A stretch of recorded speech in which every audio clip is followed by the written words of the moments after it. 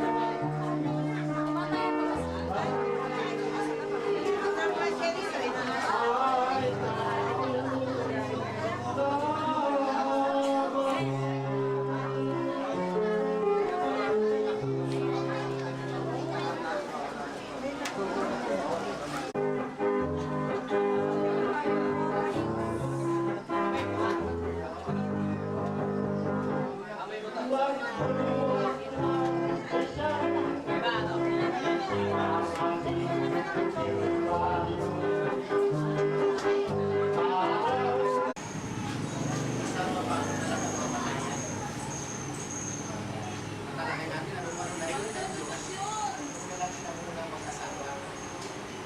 Sa katunayan, ang lalaki niya sila sa iba.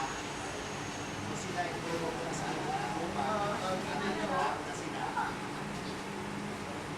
At kung sila na buhay, hindi tayo sa kanila. Sa Genesis 4:28. At ang namatay. Pero sabi ng iba, kapag namatay ang tao, hindi naman talaga patay, sabi ng marami. Kasi meron daw siyang kaluluwa na humihiwalay sa katawan. Pero, totoo nga ba yun? Hindi natin record ng Biblia sa Ezekiel 18:4, ano? Kung talagang hindi nga ba talaga namamatay ang kaluluwa, o lilinawin natin mamaya kung ano ba ibig sabihin ng kaluluwa. Dito po sa Ezekiel 18:4, ganito po ang pagkakapit. Ezekiel 18:4.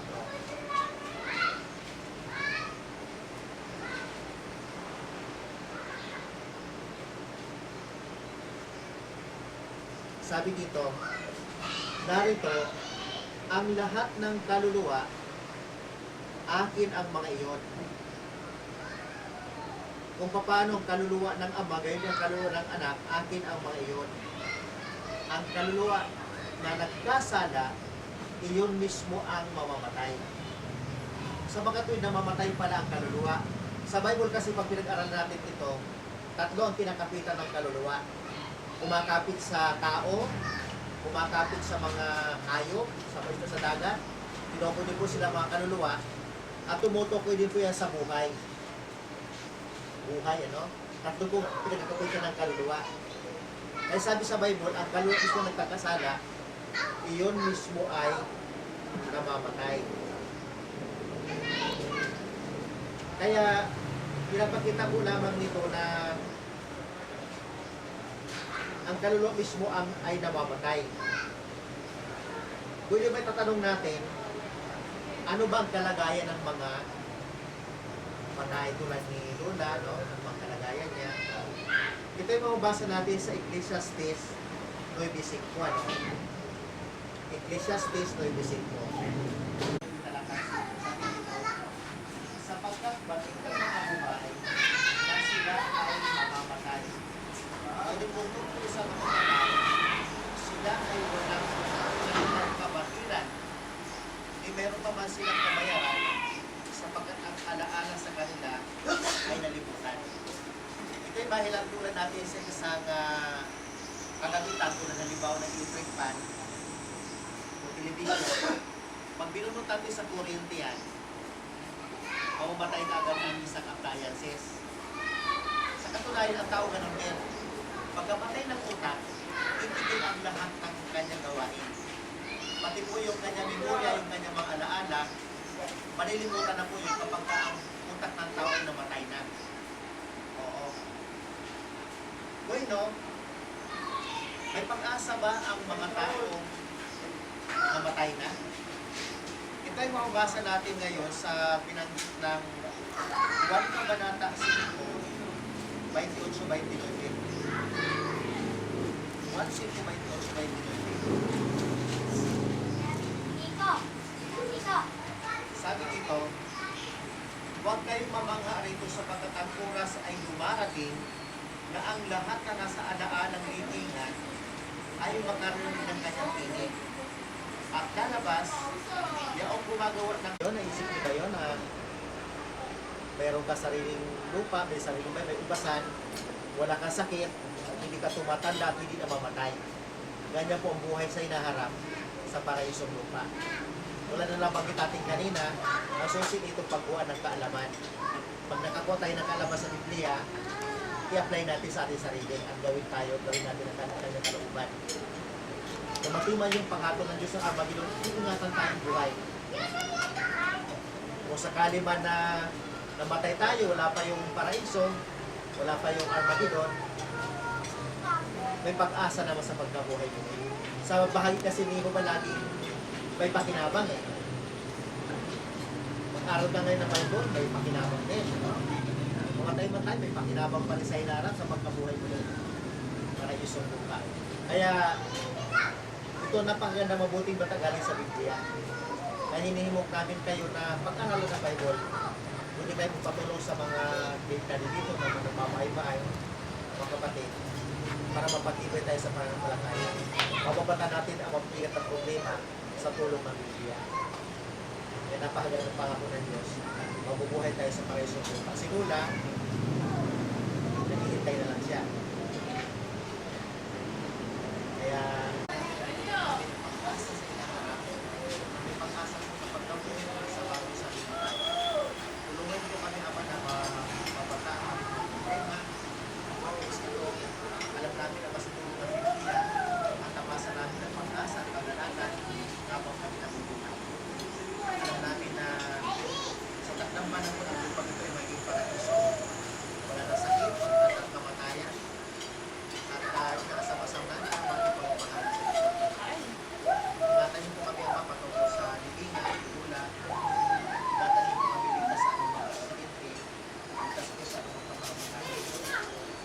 Sa kabila po yung magandahan loob, kung isa nagkukulang po kami, patawarin po na huwag kami sa aming mga pagmamahal. Sana po mga panalangin namin dito mga kapatid sa langit sa ngalan po ng Jesus.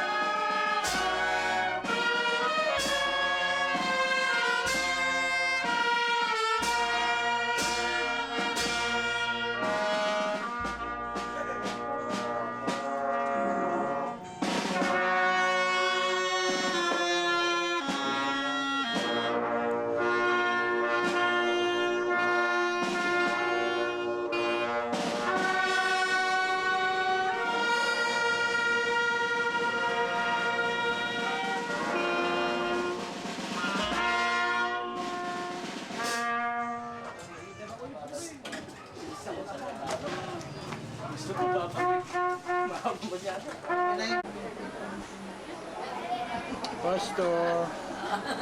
Pastor.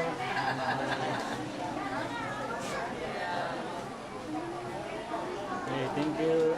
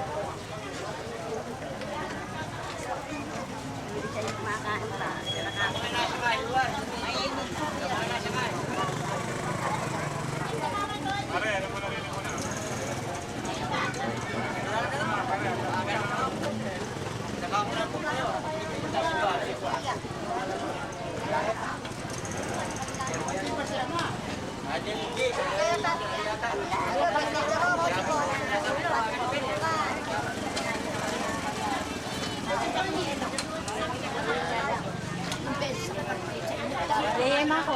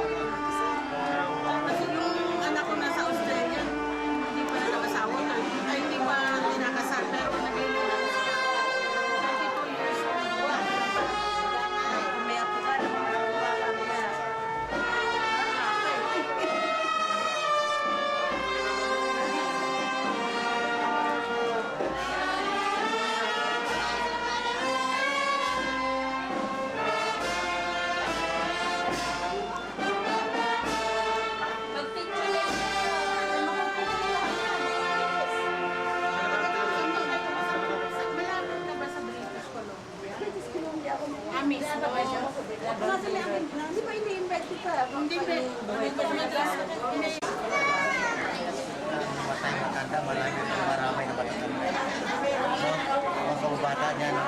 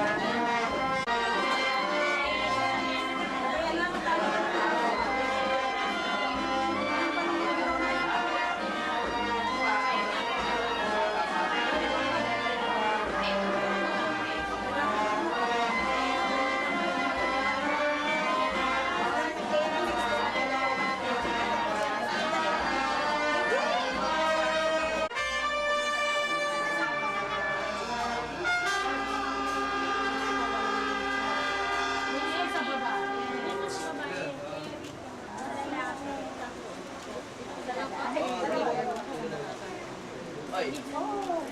Gabi. Oo. Ito na rin tubig niya.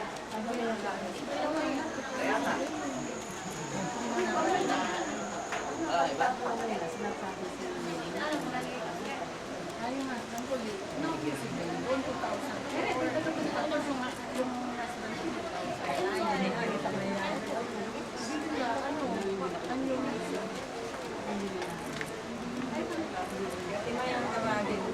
basta alam lang, may maintenance siya sa blood pressure, ano. Pero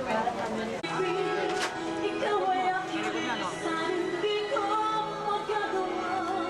Lumayo sa iyong piling, at nais kong malaman kung kasama kita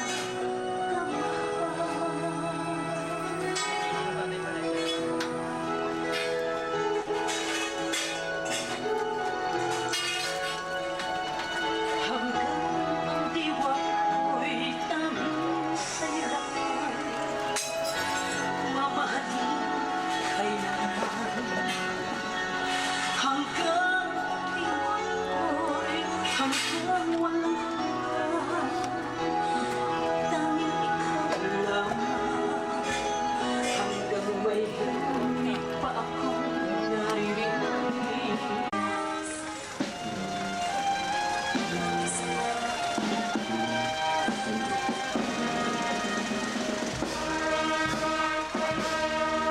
Saan?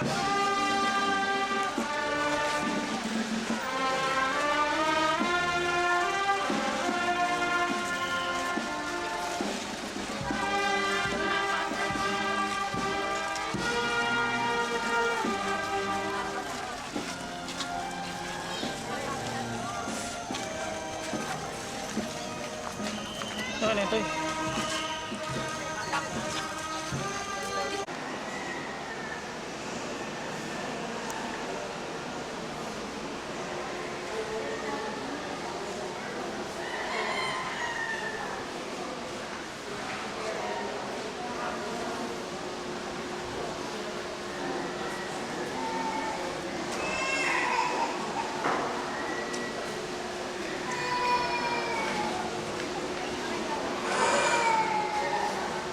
Magsitayo na po tayo lahat.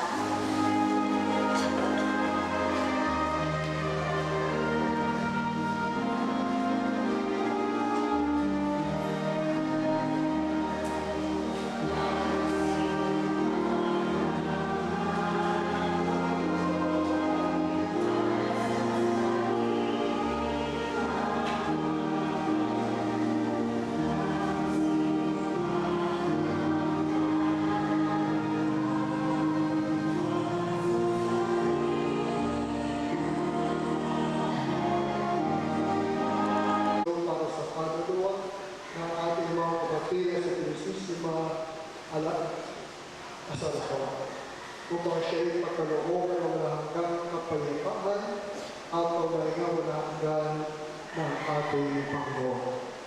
Kaya mga kapatid, halina't manawagan kay sa Kristo upang ang ating mga kapatid sa Pilisisima ay pakaloob ng awa at kalinga. Panginoon Kristo, sa pagkain ng iyong buhay para sa lahat, ipinamalas mo ang pagmamalasakit at paglinga. Panginoon, kaawaan mo kami. Panginoon, kaawaan mo kami. Kristo Jesus, sa iyong pagkain langit sa kamatayan, na kaisakan sa aming abang kalagayan. Kristo, kaawaan mo kami. Kristo, kaawaan mo kami. Panginoong Heso Kristo, sa iyong muling pagkabuhay, pinatatag mo ang aming pananampalataya sa walang hanggang buhay sa kabila. Panginoon, kaawaan kami. Panginoon, kaawaan mo kami. Kaawaan ang aming Panginoon Kristo, ang ating mga kapatid sa Pilisisima, patawarin ang kanyang mga kasalanan at patnubayan siya sa buhay na walang hanggan. Amen. Manalangin natin. Kamanang makapangyarihan, ikaw ay maawain at napapatawad kailanman. Kami lumulong para sa aming kapatid na si Pilisisima at Asarpon, kayong tinawag mapagdangan sa kanyang pag-asa at pananampalataya, mayayuliwas sa kanyang talagang bayan at makamit ng ligaya pang magpakailangan sa pamagitan ni Kristo, kasama ng Espiritu Santo, magpa sa walang hanggan. Amen. Tayo ay magbuhat ng tinig sa pagpapahayag ng salita ng Diyos. Iyo ang Panginoon, At sumayikinig, ang mabuting balita ng Panginoon ay igtes ng buwan. papuri sa iyo, Panginoon. Noong panahon noon, sinabi ni Jesus sa kanyang mga alagad, huwag kayong babalista, manalig kayo sa Diyos at manalig din kayo sa akin. Sa bagay ng aking Ama ay maraming tahanan. Kung di ngayon, ay sinabi ko na sana sa inyo, at paroon ako upang tagaanda ko kayo ng matitirhan. Kapag naroon ako ay tagaanda ko kayo ng matitirhan, babalik ako at isasama kayo sa kinarurungan ko. At alaman niyo ang daan patungo sa pupuntahan ko. Sinabi sa kanya ni Tomas, Panginoon, hindi namin alam kung saan kayo pupunta para namin malalaman ang daan. Sumagot si Jesus, ako ang daan, ang katotohanan at ang buhay. Walang makapupunta sa Ama, kundi sa pamamagitan ko. Ang mabuting balita ng Panginoon. Pinupuri ka namin, Panginoon Hesus Kristo. Tayo may maupo at makinig sa pangalan. Mabati, magandang hapon po sa inyong lahat. Magandang hapon din po naman. Sa ngalan po ng ating parokya sa Nicolay na Tolentino, kami po ay nakikisa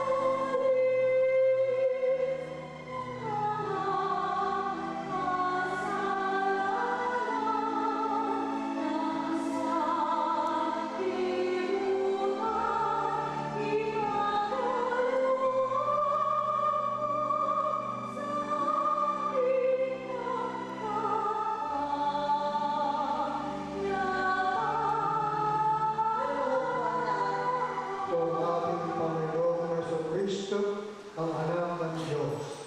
Siyang kordero nag-aalis sa kasalanan sa kulungan, magpapalitay na niyahan sa kanyang tingin.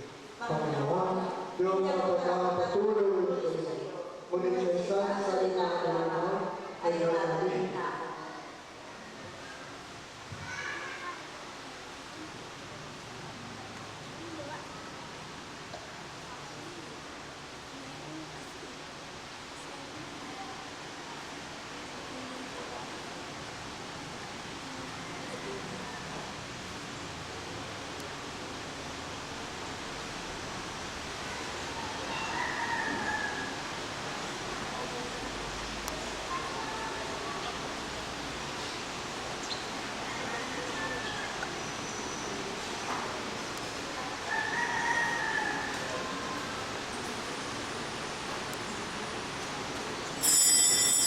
Lahat po ng nakahanda sumanggap ng katawan at tubo ng Kristo, pwede na po mamanay dito sa harap. Kumain na namin.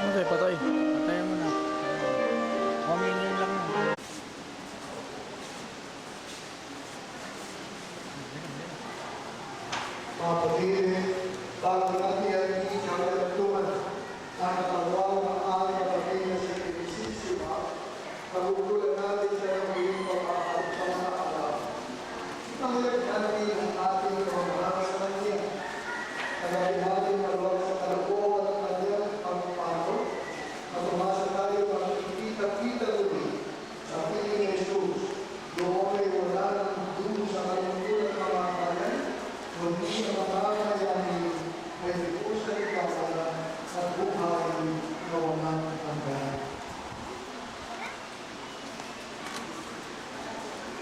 Sa bawat kaibigan ating kumusayon, ang piling namin umamaw sa pinagpupuhan. Ulitin lang. Ang dilim namin umamaw sa pinagpupuhan ng mga Mangin mga mga sa kalangitan. Hindi kayo kasamahan. ang dilim namin umamaw sa pinagpupuhan ng mga Kristo ang mga akay sa dulo niyang lahat.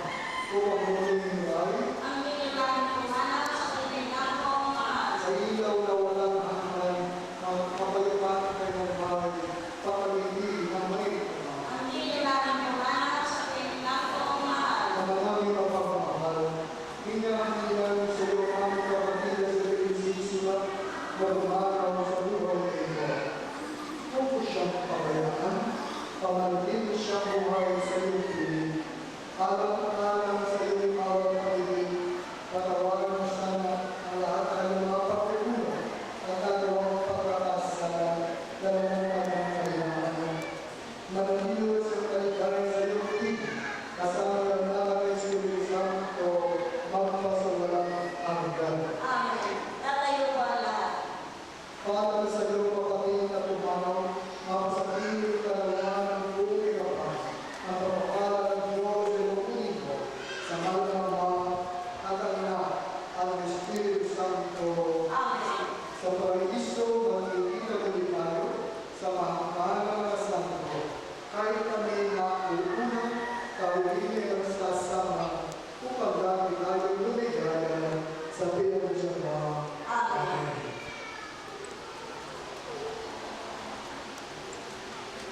Pagdedesisyon ko na